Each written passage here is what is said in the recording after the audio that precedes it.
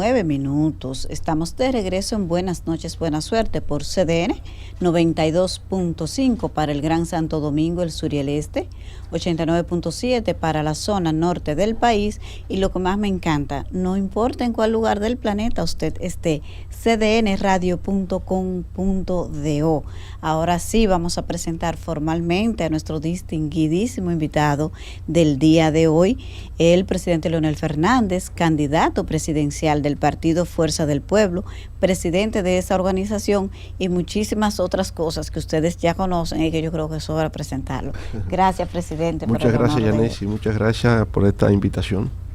Bueno, presidente, agradecerle primero por haber apartado un espacio en su agenda. Yo sé que es bastante ocupada en el tramo final ya de la campaña para participar con nosotros en nuestro programa. Pero para mí siempre un honor, Yanesi, y más tratándose de usted. Oh, muchísimas gracias, presidente. Presidente, quisiera comenzar esta entrevista con una reflexión que he vivido del sábado hacia acá. Le comento que en un grupo de personas, ¿verdad?, estaban hablando de política. Ahora todo el mundo habla del tema porque ya están muy próximas las elecciones, claro, y todo el mundo lleva el tema en los diferentes espacios. Pues allí escuché a unas personas decir que habían visto un spot suyo. Le tengo que confesar que no me he detenido a ver esa parte, he visto el spot. Pero decía esta persona que le parece, como es de seguridad, que una joven le comenta: mire, a mí me han arrancado la cartera, presidente, sí, y usted como que reacciona, ¿y cómo va a ser que pase eso?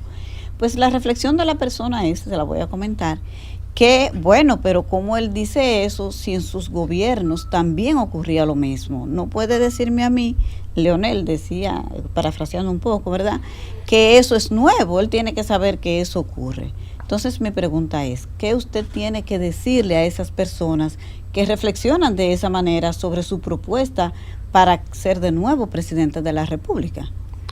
Bueno, fíjese, el tema es la frecuencia con que ocurre. Y por otra parte, cuáles políticas se aplican para mitigar eso o reducirlo o hacerlo desaparecer. Durante nuestra gestión de gobierno ciertamente ocurría.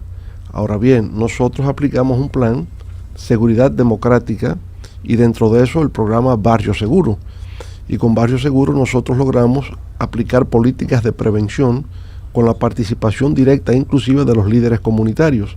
Una policía de proximidad, policía comunitaria, la participación de distintas instancias del gobierno, la parte de cultura, deportes, educación, salud, todo eso trabajaba directamente. Eso que llaman ahora seguridad por cuadrantes lo aplicamos nosotros en seguridad barrial. Y bueno, y tal fue el éxito que el PNUD reconoció que Barrio Seguro dentro de Seguridad Democrática había sido un éxito. Lo que ocurrió es que posteriormente se suspendió. Eso fue reemplazado por otros programas menos efectivos. Por tanto, no es que no ocurriese, pero sí se aplicaron políticas orientadas a frenar eso, a mitigar sus efectos, y fue reconocido internacionalmente por el PNUD. De manera que esa reflexión que se hacía, no es que yo desconozco el pasado, pero digo que ese pasado fue mejor que lo que está ocurriendo hoy día en materia de seguridad y en otros ámbitos por igual. Presidente, precisamente en ese mismo sentido, a veces escucho, o con frecuencia, a sus adversarios, especialmente del gobierno, cuando usted plantea soluciones, cualquier tema, no importa, bueno, pero porque él no lo hizo, duró 12 años y no hizo nada. Y otra reflexión bastante frecuente que se escucha en la oposición es decir que no resolvió ningún problema fundamental, que pasó por el gobierno en 3 periodos y todos los problemas siguen ahí. ¿Cuál es su respuesta a esta crítica? Bueno, nadie resuelve nada definitivamente en ningún lugar del mundo, porque las sociedades, la economía tienen una evolución continua. Un gobierno se mide en función de resultados, de si al momento de culminar la gestión se estaba mejor o peor que cuando empezó. Entonces la pregunta que se hace, ¿hoy estamos mejor que 4 años atrás? Si la respuesta es positiva, el balance de esa gestión gubernamental es positiva. Pero nadie resuelve definitivamente el problema del agua, porque a la medida en que la sociedad crece, ¿verdad?, hay mayor requerimiento. El tema eléctrico, el tema de energía, se tiene que expandir en función del crecimiento económico que la sociedad va teniendo. De manera que nada queda definitivamente resuelto. Lo que ocurre es si estamos mejor o peor que 4 años atrás. Y yo diría, en los 12 años, yo podría decir, 12 años después, estamos mejor que 12 años atrás. No puedo decir lo mismo en estos momentos del actual gobierno. Hoy estamos peor que 4 años atrás y que antes inclusive. Y por lo tanto, este gobierno no pasa el examen. No pasa el examen, como usted dice, y ciertamente si se ven los números objetivamente de los indicadores de los diferentes modelos de desarrollo, educación, salud, economía, es así. Sin embargo, el electorado parecería que no lo percibe así. De hecho, ya el partido de gobierno cosechó una primera victoria electoral en las elecciones de febrero y parecería que la oposición vuelve a estar en desventaja con cara a las elecciones del domingo. ¿Qué pasa? Bueno, en desventaja frente al gobierno, obviamente. Este es un gobierno que ha manejado 4 millones de pesos en la República Dominicana en 3 años y 4 meses. Eso es el doble de lo que nosotros manejamos durante 2 años de gobierno. De manera que los recursos han fluido de una manera extraordinaria durante esta gestión.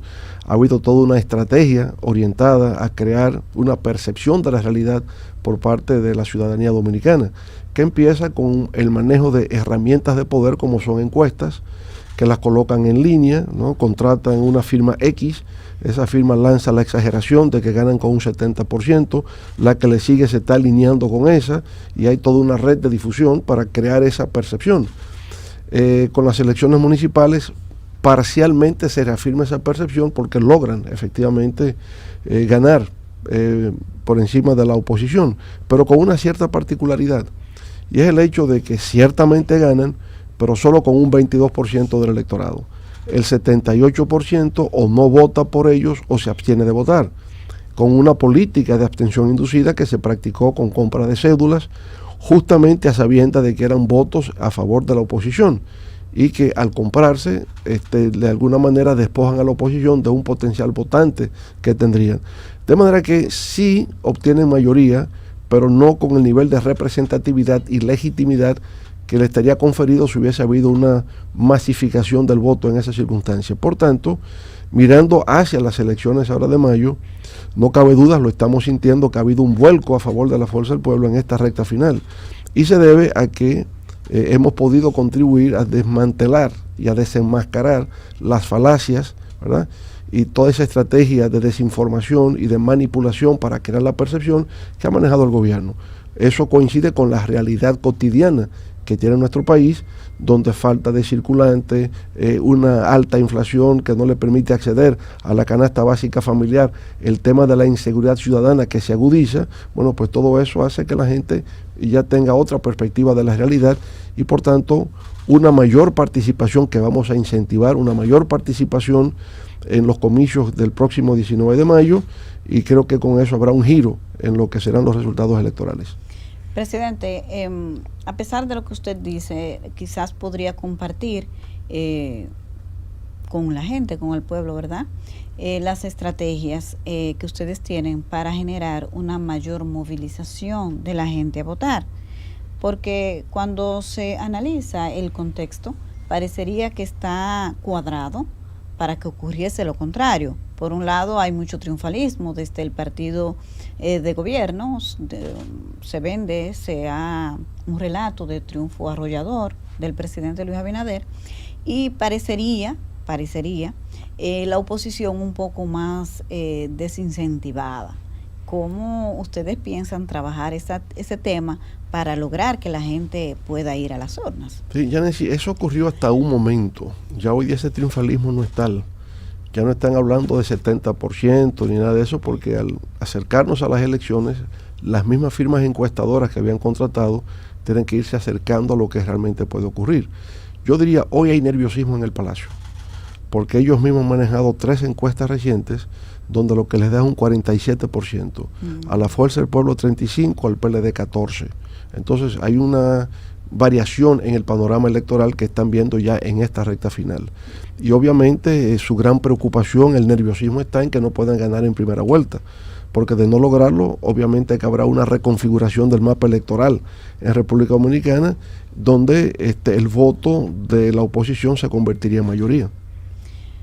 Presidente Fernández, cuando ustedes desde la oposición, especialmente a usted ha recibido una campaña bastante agresiva por parte del gobierno desde el principio, no ahora, parecería que fue una campaña diseñada, o es, para evitar un mayor crecimiento electoral. Eso es lo que se interpreta un poco.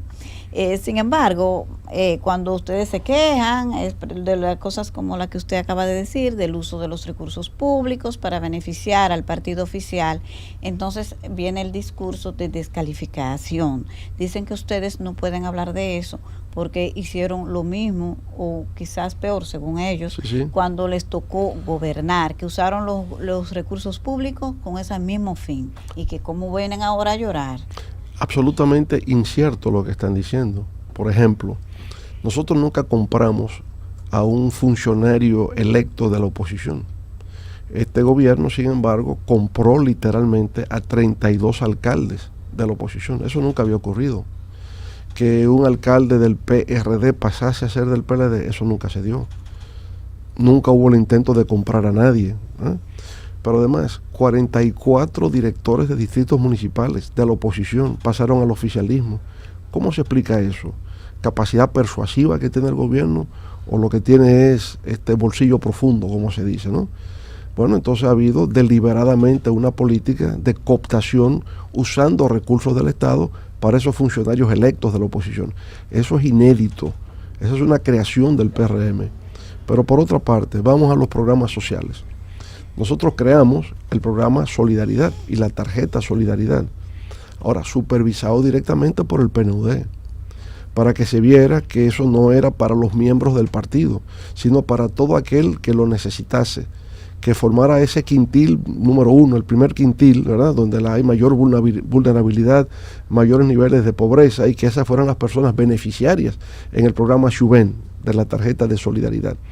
Llegamos a recibir hasta reconocimiento internacional por haber hecho un uso transparente, correcto, de lo que fue el programa Solidaridad. ¿Qué encontramos ahora? Encontramos ahora que llega este gobierno, duplica el número de beneficiarios y duplica el contenido de lo que se ofrece a través del programa de Supérate. Pero un asunto que nos llama la atención es que mientras en la tarjeta de Solidaridad estaba el nombre del usuario y su número de cédula, la tarjeta Supérate es al portador. No tiene nombre de nadie, no tiene número de cédula y por consiguiente es cualquiera. Ahora 1.600.000 personas recibiendo 1.600 pesos al mes. Es decir, deliberadamente se procuró construir una base social de apoyo en base a los recursos del Estado. Y ahí nadie ha certificado la validez de eso. No ha recibido ningún reconocimiento internacional de ninguna institución de que eso se maneja con pulcritud. Al revés, lo que ha habido son escándalos con la tarjeta Supérate, escándalos de clonación de la tarjeta. Hubo que cambiarlo una cinta magnética por un chip. Allanamientos que se han producido en hogares y se han encontrado centenares de tarjetas. Lo más reciente, una señora que va a un supermercado con 90 tarjetas. Y claro, la puede pasar porque no tiene el nombre de ella ni de nadie. Por tanto, el escándalo se ha dado porque fue un plan social concebido con la finalidad de construir una base social electoral de apoyo con los recursos del Estado. O sea, es 1.600.000, el doble de lo que teníamos nosotros en nuestro gobierno como usuarios, como beneficiarios del programa, luego de una delimitación de sus necesidades, auspiciado por el PNUD. Entonces es diferente. Ellos saben que en una situación donde la economía está estancada, que no crece, que el año pasado fue 2.4, donde los sectores productivos nacionales, llámese manufactura local, llámese ganadería, llámese agricultura, todos están en rojo, no podían ganar elecciones. Nadie gana unas elecciones con una tasa de crecimiento de 3,8%, sin contarle los meses que gobernó en el año 2020.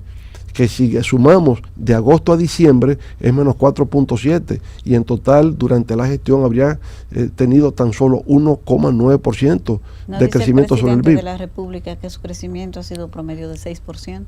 No, dice más, de 6.5, pero ¿por qué? Porque no cuenta los meses de agosto a diciembre, que son menos 4.7, porque dice que el 2021 es 12.3, hemos dicho hasta el cansancio que eso es rebote estadístico, que eso se mide no con el año de la pandemia, sino con el año prepandemia, y si se hace como lo hizo el Banco Central, el crecimiento orgánico es tan solo 4.7. cuando usted suma y divide menos 4.7 del 2020, los meses del 2020, el 4.7 del 2021, el 4.9 del 22 y el 2.4 del 23, usted lo suma y lo divide entre 4, le va a dar exactamente 1.9. De manera que la matemática del presidente no se corresponde con la realidad, ¿verdad? Yo creo que están teniendo problemas de sumar y de restar para sacar promedios. Entonces la realidad, y además lo siente la gente. La gente siente que ese ha sido un problema, el estancamiento en el crecimiento combinado con la inflación. Mira, el Banco Central creó en el año 2012 la meta inflación de 4 más o menos 1, en el 2012. Entonces han pasado 13 años. El único gobierno que ha incumplido con la meta inflación es el actual, durante 3 años consecutivos.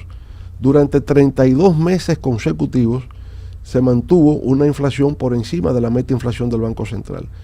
Y llegamos a tener, cosas que lo ocultan, inflación de doble dígito, de 10.5%. Por eso no salió ningún informe. Pero si usted escudriña bien los papeles del Banco Central, de las publicaciones, verá que en efecto hubo un momento en que llegamos a tener inflación de doble dígito en la República Dominicana, ¿verdad? Y que 280 artículos quedaron afectados con un crecimiento de su valor en el mercado. De manera que si hay algo de lo que la sociedad dominicana ha sentido a este gobierno, es precios de la canasta básica familiar por encima de su capacidad de compra. 44,000 pesos es lo que se estima, es el costo de la canasta básica, mientras que el salario mínimo, a pesar de los 2 aumentos que ha habido, no llegan a 28,000 pesos. Se quedan por debajo de la canasta básica. Luego, el mayor impuesto que se le puede aplicar a la población pobre de un país es la inflación, y es lo que este gobierno ha hecho durante casi toda su gestión de gobierno. Presidente, cuando uno le saca balance a sus aportes, como en su paso por el Estado como presidente de la República, encontramos novedad, por ejemplo, lo que se conoce como el programa Supérate Solidaridad. Ese concepto de entrega de la asistencia social es una idea implementada durante su gobierno. En materia de transporte, la innovación de la obra más importante que creo que hemos tenido, el Metro de Santo Domingo. Le tocó gobernar en unos tiempos difíciles, aún así tiene una obra de gobierno que exhibir. Tiene una reforma constitucional que usted ha dicho en otros escenarios que es su mayor legado, que usted entiende que es el legado más importante que ha dejado al país. Entonces, me preguntaría, no veo como muchas ideas innovadoras ni de la actual gestión ni de gestiones distintas a la suya después que usted pasó por el gobierno. Si usted gana la presidencia de la República, ¿qué es lo nuevo que trae Leonel Fernández? Sí, lo nuevo justamente es un cambio en el paradigma de desarrollo económico y social. Tiene que ser un modelo de crecimiento sostenido, pero con mayor inclusión social. Eso es lo básico para enfrentar los temas inconclusos del pasado. Pero mirando a futuro, lo más importante, y creo que sería el gran aporte que podría hacer a la sociedad dominicana, es la conversión de nuestra economía y sociedad en una economía y sociedad del conocimiento, a partir de lo que es el Parque Cibernético de Santo Domingo y el Instituto Tecnológico de las Américas. Yo creo que el actual gobierno se jacta un poco en decir, Leonel hizo un ITLA, nosotros tenemos 10. No han entendido por qué se hizo el ITLA. El ITLA es parte de un ecosistema de alta tecnología. Y eso permitió que el ITLA entonces formara 70,000 jóvenes, pero con profesores que venían de la India, del Reino Unido, de Israel, que venían de Japón, de Corea, de Estados Unidos, a la formación de esos jóvenes que iban a ser parte de un corredor tecnológico de las Américas. Entonces, bueno, con eso la República Dominicana pasaría a ser un país que no solamente consume alta tecnología, sino que crea alta tecnología. En ese sentido, el desarrollo de programas de software que se puedan desarrollar en la República Dominicana para ser colocados en el mercado. Desarrollo de programas de biotecnología vegetal y animal. Y podríamos llegar, que es la aspiración, a la fabricación de semiconductores, los chips en República Dominicana. Porque con la tensión geopolítica que existe entre Estados Unidos y China, el presidente Biden hace 2 años hizo promulgar la ley CHIPS, que permite que esas empresas retornen, ¿no?, a esta parte del mundo. A Estados Unidos no volverían por los altos costos laborales. Por tanto, trataría de que sea en países de América Latina con proximidad geográfica, pero también con capital humano que sean capaces de lograrlo. México obviamente se va a beneficiar, Costa Rica, que tiene una industria de alta tecnología de los tiempos del presidente Figueres, que llevó a Intel a Costa Rica, y República Dominicana porque tiene la base, tiene el capital humano, tiene además una diáspora, jóvenes dominicanos en Estados Unidos que son bilingües, que son biculturales, con altos conocimientos en alta tecnología, que estarían dispuestos a ser parte de este gran proyecto de transformación hacia el mundo de la alta tecnología en República Dominicana. Es atraer a que aquí venga, si estamos hablando de ensamblaje de hardware, que aquí tengamos a Hewlett Packard, que podamos tener a Microsoft, que podamos tener a Google, que vengan a República Dominicana y desarrollar entonces los startups dominicanos y que puedan venir esas empresas. La capacidad de generación de riqueza nuestra se multiplicaría enormemente, se aceleraría. Si hoy día andamos cerca de 100 mil millones de dólares del PIB, yo le diría que en una década, con alta tecnología, duplicaríamos eso. Y luego entonces la capacidad de distribución hacia el resto de la población, eliminaríamos la pobreza en la República Dominicana. Nos colocaríamos a la vanguardia del proceso productivo, en competitividad, en innovación, en productividad. Y ese es el sueño. Y por eso quiero volver a la presidencia, para lograr eso para la República Dominicana. Resolver los problemas pendientes del pasado o contribuir a su solución, mientras que damos un gran salto hacia adelante con miras hacia el futuro, haciendo parte del mundo de la inteligencia artificial, para lo cual tenemos un contenido curricular del kinder al último grado de bachillerato, enseñanza de inteligencia artificial en las escuelas públicas. El bachiller dominicano, en la nueva concepción de la educación que tenemos, será bilingüe, es decir, hablará además de su lengua natal, que es el español, inglés, pero fluidamente, oral y escrito, y será alfabetizado digitalmente para ser un verdadero ciudadano del siglo XXI. Por tanto, sí hay una visión, sí hay una innovación a futuro que va a generar una segunda ola de transformaciones en la República Dominicana. Presidente, usted ha hablado de una idea que tiene una filosofía educativa que si llega a la presidencia de la República implementaría. Yo creo que ya no vale la pena seguir hablando de si usted tuvo o no tuvo razón con relación al tema del dinero y la educación, al 4%. Pero el tiempo habló. El tiempo habló y me dio la razón, porque fíjese, cuando llegamos en el 2004, el presupuesto era 11 mil millones de pesos. El presupuesto anual para educación. Cuando llegamos al 2012, 8 años después, era 58 mil. De 11 mil millones a 58 mil. De 1.2 del PIB a 2.7 del PIB. Por consiguiente, nosotros le aumentamos un 500% a la ejecución presupuestaria. Cuando se habla de pasar al 4% inmediatamente, y nadie ha hablado de educación, hablan de dinero, yo decía, puede ser 4, puede ser 5, puede ser 6, lo que se quiera, pero tiene que ser gradualmente. La gradualidad nos va indicando la necesidad. Se hace abruptamente, se ha invertido 80 mil millones de dólares en 10 años y no se movió un solo indicador de calidad de la educación en la República Dominicana. El tiempo habló, me dio la razón. Usted va llegando gradualmente a esas cifras, pero cuando va monitoreando los resultados que eso va dando. Y eso es una lección que se extrae. Nunca hay una relación directamente proporcional entre el volumen de inversión que se hace en política social y la calidad del desempeño. Puede tener todo el dinero del mundo, invertirlo y no tener los resultados esperados. Depende. Son muchos los factores que intervienen, no solamente el dinero. Bueno, pero ya el dinero se ha invertido, se seguirá invirtiendo. No habíamos encontrado la filosofía educativa, las técnicas pedagógicas requeridas para lograr avanzar. Hoy la tenemos. Después que salí del gobierno, la UNESCO certificó el modelo STEM. Se ha mejorado todavía más y hablamos del modelo STEAM, que sería ciencia, tecnología, ingeniería, matemáticas, ciencias sociales, humanidades y valores cívicos. Si logramos eso, pues entonces efectivamente podríamos tener una educación de calidad en República Dominicana. Nosotros en Funglode formamos parte de un equipo que trabaja con INAFOCAM en la formación de maestros para este modelo de STEAM. Y en cuestión de meses de adiestramiento de profesores vemos la maravilla que está ocurriendo. Los niños que están en la escuela Fidel Ferrer, el Liceo Fidel Ferrer en el Ensanche La Fe, ya son capaces de fabricar robots con cartón reciclado. Hacen su robot y lo impulsan con agua, con una jeringuilla que colocan al robot y hacen que se mueva. Descubren el potencial de energía que tiene el agua y fabrican sus robots y están fascinados con lo que están logrando. ¿Qué usted ha logrado de esos niños? Primero, capacidad creativa. O sea, están aprendiendo haciendo. Y son capaces de tomar un cartón, una caja de cartón y convertirla en un robot. Por tanto, se sienten con una satisfacción de que pueden hacer cosas, y cosas que son tangibles, que son concretas y que manifiesta su inteligencia, que manifiesta su capacidad para transformar cosas. Y yo pienso que esa es la educación del futuro, lo que ya estamos viendo con esos niños que están en una escuela pública del Liceo Fidel Ferrer, pero que con los recursos que maneja la educación pública podríamos tener escuelas de las mismas condiciones que un Carol Morgan o con un New Horizon, que si no lo tenemos en la escuela pública lo que hace es que reproduce la desigualdad en la República Dominicana.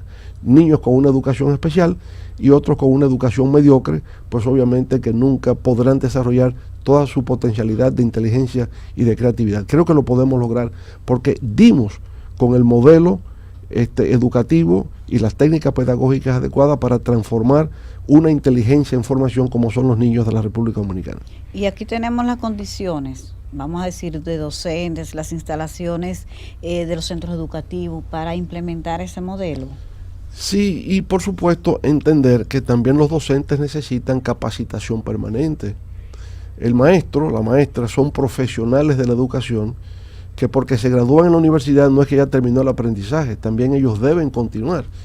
Y ya desde nuestro gobierno nosotros facilitamos becas para profesores ir a hacer maestrías y doctorados en educación, pero también hace falta que nuestros profesores salgan a participar en conferencias, en eventos de colegas suyos a nivel internacional. Cada vez que alguien viaja y conoce a gente interesante, que le habla de cosas importantes y recomienda libros y recomienda lecturas, la gente cuando vuelve transformada, viene con otras perspectivas, con otros horizontes, viene estimulado, ¿verdad?, por el descubrimiento del conocimiento que está adquiriendo y cómo lo aplica en el aula. La gente tiene que romper con su cotidianidad, con la rutina del día a día. Tengo que de vez en cuando encontrarme con lo nuevo, que resulte refrescante, que me transforme, ¿no? que me dé un espíritu de trabajo. Bueno, eso hay que hacer con los maestros permanentemente.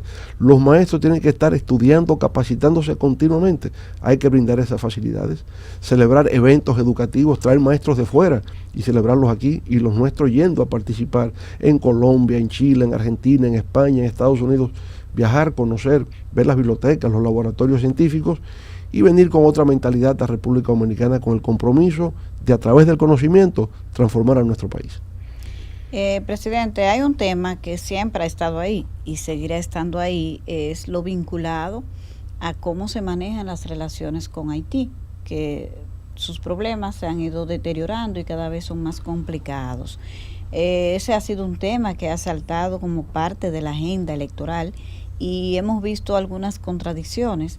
Sin embargo, hay algunas encuestadoras que colocan entre los puntos favorables del presidente Luis Abinader el manejo que ha tenido con estos temas, cuando parte de la oposición, incluido usted, incluso llegó a criticar el cierre de la frontera y todo aquel aparataje militar. Y ahora con mayor razón, porque el presidente Abinader ha dicho que él cerró la frontera porque se lo sugirió el primer ministro Ariel Henry. Yo siempre vi algo extraño en cerrar la frontera. Si se está construyendo un canal del lado haitiano, donde debemos decirle, nosotros teníamos toda la razón en lo que estábamos pidiendo, pero el gobierno también cometió su pifia, y es el informe del INDRI. El INDRI elabora un informe y aparentemente dice como que no hay ninguna dificultad en que Haití pueda construir ese canal. Llega el acuerdo entre el canciller dominicano y el canciller haitiano, donde prácticamente se da quiesencia a la construcción de ese canal del lado haitiano. Es cuando se produce una reacción adversa en la opinión pública dominicana en contra del informe del INDRI y del acuerdo del canciller dominicano con el canciller haitiano, que el gobierno da marcha atrás y dice que bueno, ese canal que implica el uso de aguas transfronterizas no se puede construir sin la anuencia del gobierno dominicano. Frente a la reacción del pueblo a lo que se estaba haciendo, ellos entonces terminan por reconocer que no se puede construir ese canal sin el consentimiento del Estado dominicano. De manera que empezaron mal. Ahora, Haití ya está construyendo el canal ilegalmente. Entonces el presidente, como primera medida, va a la frontera con una especie de teatro, un drama de aviones, helicópteros, ¿verdad? Y eso se cierra por mar, aire y tierra. Y digo, pero qué raro. Porque si hay un conflicto internacional, la primera medida no es la medida de la coacción. La primera medida siempre es diplomática. ¿Qué habría hecho normalmente un presidente? Va a los organismos regionales, internacionales, y pide que se emita una resolución exigiéndole al país en falta que suspenda la construcción de lo que está haciendo, so pena de medidas que adoptará la comunidad internacional. Ese es el primer paso. Usted va escalando y termina entonces en una medida como cerrar la frontera.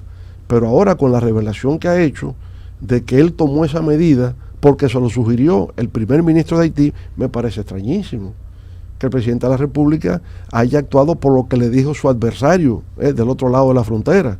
Entonces quiere decir que no hay mucho criterio de carácter personal, que hay un problema de liderazgo y de visión, que no se defendió de la mejor manera el interés de la República Dominicana. Esa es la conclusión que yo saco, porque me pareció extraña del primer momento y lo critiqué, y ahora acabo de entender por qué razón lo hizo, cómo se incurrió en ese error de toma de decisión desde el punto de vista de lo que es el liderazgo político, porque no nació de él, nació del primer ministro de Haití, y ya eso es un problema, ¿no? Ya. En los siguientes, bueno, aquí se ha iniciado la construcción de la verja, que se ha popularizado como el muro. Sin embargo, en su programa de gobierno, depositado en la Junta Central Electoral, leímos que preferirían una verja tecnológica, que sería más efectiva, según lo que se lee allí, que una verja que este muro. Es que usted, si llega a la presidencia de la República, no continuaría esa construcción y tomaría otro tipo de medidas para resguardar la frontera. Mire, ¿por qué se decide construir esta verja perimetral tecnológica? Por el asesinato del presidente Jovenel Moïse. Cuando se produce el asesinato del jefe de Estado haitiano, hay un desplome total del Estado haitiano, ¿verdad? Hay una especie de vacío de poder y hay un colapso. Y se crean las bandas asociadas que pasan a tener el control territorial, y eso aumenta obviamente el riesgo a la seguridad interior de la República Dominicana, porque no hay autoridad, no hay nadie que pueda ponerle freno a esa situación de descontrol donde penetran las cárceles, sueltan a los presos, los criminales andan sueltos, secuestran gente. Bueno, ya hemos pasado una situación caótica total, ¿no? Bueno, se puede justificar a partir de ese momento aumentar los niveles de protección. Ahora, hay muchos niveles posibles de protección. La utilización de satélites, la utilización de otros mecanismos tecnológicos perfectamente puede ser utilizable. El país que se supone es el que mejor maneja muros es Israel, y mira lo que pasó, jamás penetró en su territorio. Mataron más de 1000 israelíes, secuestraron a otros, y tienen muros y tienen sistemas de vigilancia que son los que venden esos mecanismos de seguridad al mundo. Por tanto, son múltiples los sistemas que conjuntamente tienen que ser utilizados para proteger. El muro de por sí puede ayudar, pero no es la solución definitiva. Tiene que complementarlo con otras medidas. Por tanto, yo diría, el muro o la verja se construye en un momento en que se hizo necesario incrementar la protección de la República Dominicana, y eso no lo vamos a criticar. Ahora, sí vemos con cierta sorpresa que si la frontera tiene 391 kilómetros y se decide hacer la verja en 184 kilómetros y una primera etapa de 54 kilómetros, que es la que está haciendo el actual gobierno, el presidente vaya a inaugurar 2 kilómetros. No entendemos. Por lo menos permita la construcción de la primera etapa de 54 kilómetros y luego usted va a inaugurar. Pero si usted va a inaugurar 2 kilómetros y cada 2 kilómetros va a inaugurar, va a tener que hacer 20 inauguraciones. Y no creo que eso sea algo que podamos ver como con seriedad, ¿verdad? Pero el presidente generalmente inaugura etapas, distintos proyectos, ese no es el único. El presidente siempre inaugura en las carreteras que construye por etapas. Y por eso no se concibe en la gestión de gobierno. Eso nunca ha ocurrido, como si estoy construyendo un edificio de 10 pisos y cada 2 pisos voy a inauguro. Yo construyo mi edificio y luego voy y lo inauguro. Por eso la gente se burlaba un poco de la presa de Monte Grande. Dice, pero fue una presa o un tinaco lo que se inauguró. Porque si no tiene la obra construida con el embalse y el contraembalse, no es propiamente una presa lo que se ha inaugurado. Hay como una ansiedad, hay como el deseo de exhibir cosas que no se tienen, y entonces, bueno, está fascinado con la verja y va a inaugurar 2 kilómetros cuando la primera etapa nada más son 54. Explíqueme usted. Yo creo que hay todo un afán ¿verdad? De exhibir lo que no se tiene. Y eso dice mucho de la eficacia del gobierno, que tienen que inaugurar obras inconclusas. Presidente, quiero ahora como ir un poquito a otra parte, conocerlo un poco más en lo humano, ¿verdad? Porque usted es una figura que la gente lo ve así, y es algo también que percibo. La gente usted lo ve así como que usted es muy teórico, como que a veces hasta inalcanzable, como que si usted no fuera humano, así como muy teórico, pero muy práctico. Hago cosas, presento resultados, se exhiben lo que hago, ¿o no es así? Sí, pero a veces, pero en realidad usted como se... Que creo en el valor del pensamiento, sí. Yo creo que la acción es posible porque se piensa previamente. Se piensa, se coordina, se planifica y se ejecuta.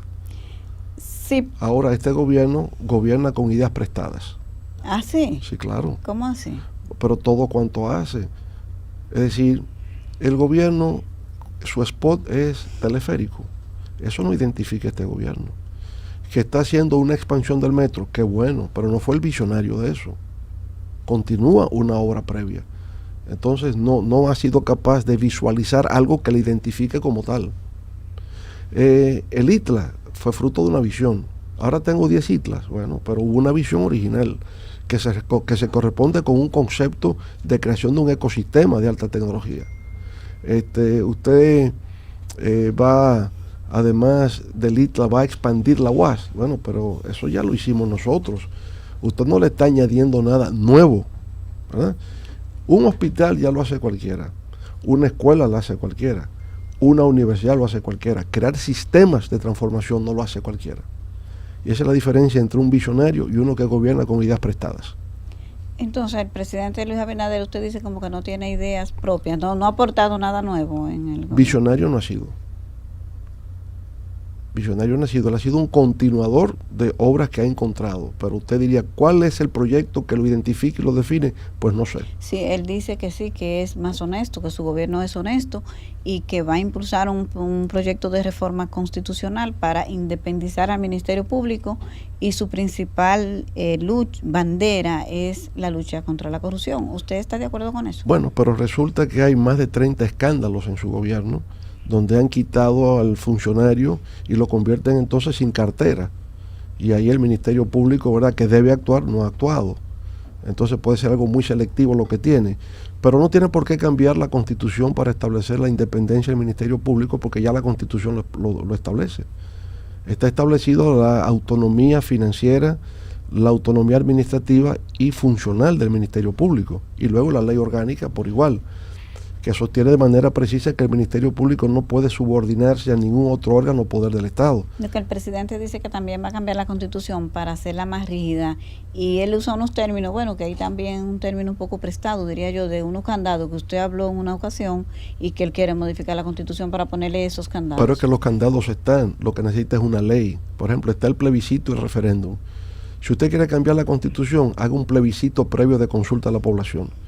Se somete y pasa en el Congreso la reforma, lo somete a un referéndum popular. Está ahí, los candados están ahí. Entonces no necesita reformar la Constitución. Yo creo que hay un interés oculto.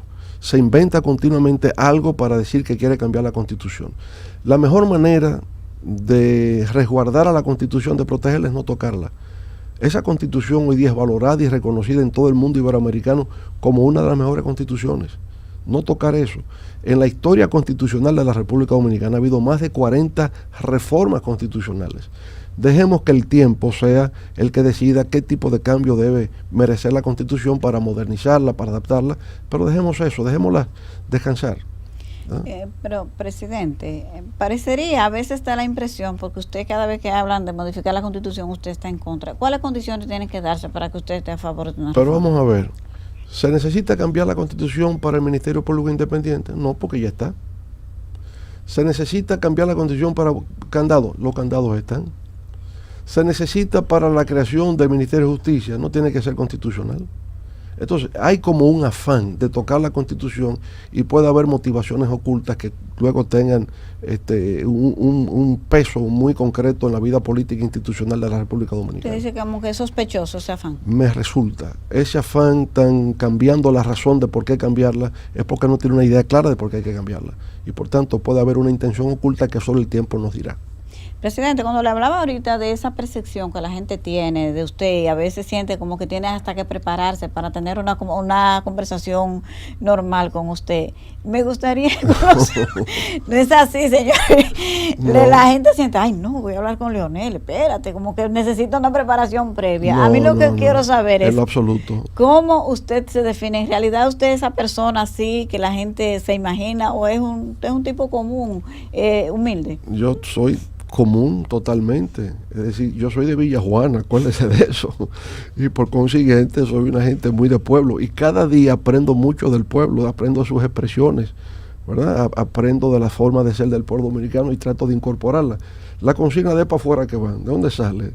Bueno, esa consigna fue de la campaña del 2004, cuando alguien dijo que se quedaba en el poder fuera como fuera, y yo respondí en un discurso que se estuviera preparando, que íbamos a ganar con el respaldo del pueblo, y que si ellos pretendían quedarse, aunque el pueblo nos respaldara, bueno, que supieran que es para afuera que van. Y quedó la consigna, y tiene 20 años con él para afuera que van, y con él para adelante que vamos, y con para adelante, todo eso es pueblo, puramente popular, y tan cogido carajo. Eso nace del pueblo, y yo lo digo, lo recojo en mi forma de expresión. De manera que yo espero no ser una figura intimidante, ¿verdad? Soy un hombre del aula, siempre mi profesión fue la de educador, en escuela primaria, en escuela intermedia, en secundaria y termino en la universidad. De manera que sí le confiero gran importancia al saber, al conocimiento, y lo que aspiro es que cada quien entienda que usted como ser humano se transforma a través de la lectura y promueve la lectura y el libro. Eso es parte como de mi forma de ser, pero no para intimidar a nadie. Yo soy una persona muy común y corriente, amante del béisbol, del baloncesto, y lo sigo, todo eso. ¿Y le gusta el arroz con habichuela también o prefiere la pizza? Las dos cosas, la pizza de noche y arroz con habichuela al mediodía. Ay, presidente, usted no se está cuidando, la libre y esas cosas. Bueno, ya con el tiempo sí, estoy bajando un poco la intensidad. Presidente, la diferencia entre ser padre y abuelo, pues ya usted tiene una nieta. Sí, bueno, yo pienso que en la condición, cuando uno tiene un hijo por vez primera, descubre la ternura de la niñez. Y por consiguiente ve a todos los niños en forma diferente a cuando usted no era padre. Y ya entonces cuando tiene un nieto o una nieta, como es mi caso, usted se va cuestionando lo del significado de la vida, ¿verdad? Y yo, bueno, me lo cuestiono. La vida requiere como una reflexión, porque la vida en sí es un milagro. La vida es algo milagroso. Y yo pienso que hay una especie de aventura que usted va desarrollando a lo largo del tiempo, pero que eso le trae felicidad muchas veces, pena en otras ocasiones, y que es esa mezcla de alegría y de tristeza, conjuntamente lo que va dando el sentido de la humanidad. Y ya luego llega la muerte, que para mí es el gran enigma. Entonces uno vive entre el milagro de la vida y el enigma de la muerte. Y mientras tanto hay un trecho de tiempo que se recorre entre alegría y tristeza, entre aprendizaje y confrontación con los conflictos que trae el día a día, pero al fin y al cabo la vida es fascinante. La vida es fascinante. Yo lo que ¿Qué es lo que está más le fascina de la vida? Porque hay gente que dice de usted también que su fascinación es por el poder. No, si supiera que no, yo nunca aspiré al poder, ni me fascina el poder. Me interesan las ideas. Yo creo que el poder está en las ideas que transforman. Y si no se está en el poder y tiene ideas, influyes en la transformación. Yo nunca pensé que iba a ocupar cargo alguno en la política. Yo nunca intervine en la política buscando cargos. Yo empiezo a participar en política porque sentía que no podía ser indiferente o insensible a lo que estaba ocurriendo en el país. Y descubro una figura que me deslumbró, que se llama Juan Bosch. Y aprendí mucho de él. Estudié su forma de pensar, leí sus libros, los estudiaba y desarrollé una relación personal con él. Entonces, la confianza en un liderazgo, en una de las grandes personalidades de la historia de la República Dominicana, a quien yo descubro a los 17, 18 años de edad, ya trabajando directamente con él, pues sin duda alguna que me doy cuenta de que la vida te ofrece oportunidades para tú avanzar.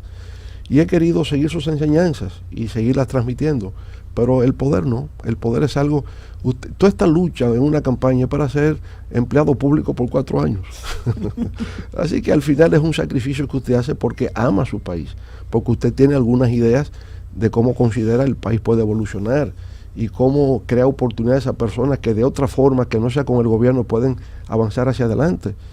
Y me satisface cuando alguna gente me dice, mire, usted me ayudó con mi casa, o mire, usted me ayudó a mi hijo con una beca, él se fue, hizo un doctorado en medicina en España. Qué bien, la satisfacción de que algo pude hacer en favor de una familia, de una persona. ¿Y cómo usted se siente con la gente entonces que lo critica, que siente que le fue tan mal en su gobierno que no quieren que usted vuelva a ser presidente? Hay un grupo que también es así. Bueno, porque la vida siempre es así, hasta Jesucristo, ¿verdad? Es más, Dios, hay ateos. Dios, que es lo más grande que existe, tiene enemigos con los ateos. Entonces imagínate este pobre mortal de Villa Juana, que no le podrá ocurrir, ¿verdad? Sí, presidente, en ese trayecto de la vida que usted dice, entre el milagro de la vida y el enigma de la muerte, sí. Entre las cosas que a usted le ha tocado vivir no hace tanto tiempo, ha sido el fallecimiento, la ida de seres tan queridos como su madre, incluso del propio doctor Franklin Almeida, sí. Recientemente. Y todo eso también me imagino que lo ha llevado a algún tipo de reflexión en esta etapa. Sin duda, porque, bueno, no hay amor más grande que el de la madre, ¿no? Y en mi caso particular, yo siempre fui muy estrechamente vinculado con mi madre. La gente dice que yo soy una hechura de ella, y en cierto punto cuando me pongo a ver cómo era su temperamento, su carácter, su forma de ser, creo que sí. Porque mi madre, digamos, era una madre soltera, y por tanto yo me crié fue con ella, no con mi padre, ¿eh? Y ella era bueno, yo siempre he dicho que era una líder, pero su liderazgo consistía en cómo ser responsable con su familia. Entonces, de ese liderazgo de familia, eso era ella. Y naturalmente, siempre para uno, una persona de la cercanía de la madre, es un apoyo que tú tienes, es un apoyo moral, es un apoyo espiritual, es un apoyo sentimental que tienes. Cuando desaparece, tú sientes el vacío. Una persona como mi amigo Jimmy Sierra, con quien tuve una vinculación muy estrecha, cuando desaparece es un vacío, porque en momentos de dudas, en momentos de dificultades, tú llamas al amigo, ¿qué te parece tal cosa? ¿Qué tú opinas? Es alguien en quien tú confías. Ya no está, por tanto te vas quedando solo, tú sientes que te vas quedando solo, que hay un vacío. Y como dice la canción, hay amigos, ¿verdad?, que ningún vacío puede llenar. Sí. Y bueno, hay una tristeza, hay un vacío, eso nunca desaparece.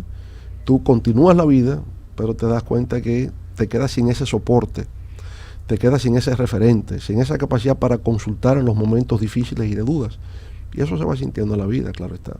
¿Usted cree en Dios, sí? Absolutamente. Pero no va a misa los domingos. Yo era monaguillo. Sí. Yo fui monaguillo de cuadro y de campana. Y me sabía el Kyrie eleison, Christian eleison como nadie. Y cuárame repulite, cuárame trite, en juventud meam. Todavía recuerdo el latín de las misas en las que participaba. Yeah. Y cuando fui a Nueva York, pues siempre estaba en Holy Name, que era la iglesia que me quedaba cerca. De manera que soy católico, creo en Dios y leo la Biblia. Trato de aprender de los pasajes bíblicos. Creo que el liderazgo político aprende mucho leyendo de los liderazgos bíblicos. Muchas trampas que tuvo Jesús cuando le decían, pues convierte la piedra en pan, él no lo hacía. Sí, y bueno, todo eso poniendo a prueba su discurso y la política, bueno, porque al final, ¿por qué crucifican a Jesús? Porque no le aceptan que digan que es el rey de los judíos. Un tema político. Sí, claro, fue un tema político. Y ya luego a un muerto tienen que difamarlo porque lo colocan al lado de dos ladrones, ¿verdad? Sí. Para que su prestigio, su reputación quede manchada para la historia, y sin embargo no fue así. Presidente, ¿usted ha pensado en el retiro político? No, no lo he pensado. Yo no he pensado, yo no me retiro de nada. Yo lo hago hasta donde pueda. Y si todavía tengo fuerza y tengo ganas, pues lo sigo haciendo. Entonces, independientemente de lo que pase el domingo, ¿usted va a tener su voz con el pueblo el lunes? La voz con el pueblo salió fruto de la campaña electoral. Y entendía que solamente en una campaña se le prestaba tanta atención como se le presta ahora. Uh-huh. Ya veremos qué otra forma de comunicación puede surgir para que el partido esté presente siempre. Sí, pero yo sigo haciendo lo que tengo que hacer, ¿verdad? Y le diría, no necesariamente en cargos públicos, pero yo siempre estaré pensando en la República Dominicana y estaré luchando por una mejor República Dominicana hasta mi último aliento. En una ocasión escuché a un político que no ha sido presidente ni tampoco aspira a nada, con la frase